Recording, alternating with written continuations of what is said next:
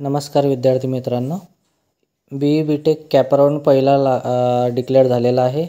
तर त्या कॅपराऊंडमध्ये कोणत्या स्कोअरवरती कोणत्या कॉलेजचा किती कट ऑफ लागला ते आपण या व्हिडिओमध्ये बघणार आहोत।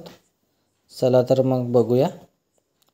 सर्वप्रथम आपल्याला महासीईटीच्या इंजिनिअरिंगच्या वेबसाईटवरती जायचं आहे। या वेबसाईटवरती गेल्यानंतर आपल्याला राईट हँडवरती इथे ऑप्शन दिसतील, चेक प्रोविजनल अलॉटमेंट स्टेटस, नंतर CAP round H cut off, CAP round AI cut off. H म्हणजे स्टेट कोट्याचा कट ऑफ, AI म्हणजे ऑल इंडिया लेवलचा कट ऑफ। ठीक आहे, तर आपल्याला सर्वात आधी आपण बघूया एच लेवलचा म्हणजे स्टेट कोट्याचा कट ऑफ पाहून घेऊ। फर्स्ट राऊंडला कितीवरती कोणत्या कॉलेजचा कट ऑफ लागला ते। ठीक आहे, हे फाईल डाउनलोड करून घ्या। फाईल डाउनलोड करून घेतल्यानंतर आपल्याला इथं जसं मी तुम्हाला आधीच्या व्हिडिओमध्ये सांगितलं होतं की कट ऑफ कसा चेक करायचा, त्याचे शॉर्टकट कीज काय असतात, त्याच्यानुसार आपण मागच्या वर्षीचा बघितला होता। आता हा या वर्षीचा फ्रेश आलेला आहे, जो पहिला राऊंड लागलेला आहे त्या राऊंडचा कोणत्या कॉलेजला किती नंबरवरती क्लोज झालेला आहे ते। ठीक आहे, तुम्हाला झूम करून दाखवतो। हे बघा, government college of engineering Amravati. आता मी तुम्हाला फॉर एक्झाम्पल दाखवत आहे, तुम्ही पूर्ण PDF प्रत्येक कॉलेजनुसार चेक करू शकता। आता हे सिव्हिल इंजिनिअरिंग ब्रँच आहे। ठीक आहे, तर सिव्हिल इंजिनिअरिंग ब्रँचचा ओपनचा कट ऑफ एवढा लागलेला आहे, SCचा एवढा लागलेला आहे, तिथं ब्रॅकेटमध्ये त्याचा कट ऑफचा स्कोअर दिलेला आहे CETचा। ठीक आहे, कॅटेगरी वाईज तुम्ही चेक करू शकता।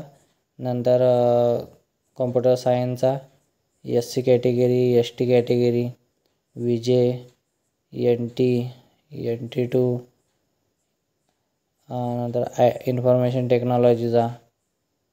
ठीक आहे, या प्रकारे आपण पूर्ण कॉलेजच्या पूर्ण जेवढी PDF आहे, तुम्हाला ज्या कॉलेजचे लागले त्या कॉलेजचे तुम्ही या PDF चेक करू शकता की या किती नंबरवरती क्लोज झालेला आहे। कॅटेगरी वाईज तुम्ही चेक करू शकता या प्रत्येक कॉलेजची ब्रँच। ठीक आहे, त्या अंदाजानुसार आपण सीट मॅट्रिक्स येईल आधी। सेकंड राऊंड ज्यावेळेस सुरू होईल 5 तारखेला सुरू होईल सेकंड राऊंड, त्याच्या आधी 4 तारखेला संध्याकाळी सीट मॅट्रिक्स येईल की कोणत्या कॉलेजला किती जागा रिकाम्या राहिल्या ते ब्रँचनुसार। त्याच्यानुसार आपल्याला बघायचं आहे, कॅल्क्युलेट करून घ्यायचं आहे की कोणत्या कॉलेजला किती कट ऑफ लागला, काय लागला, त्याच्यानुसार आपल्याला सेकंड राऊंड भरायचा आहे।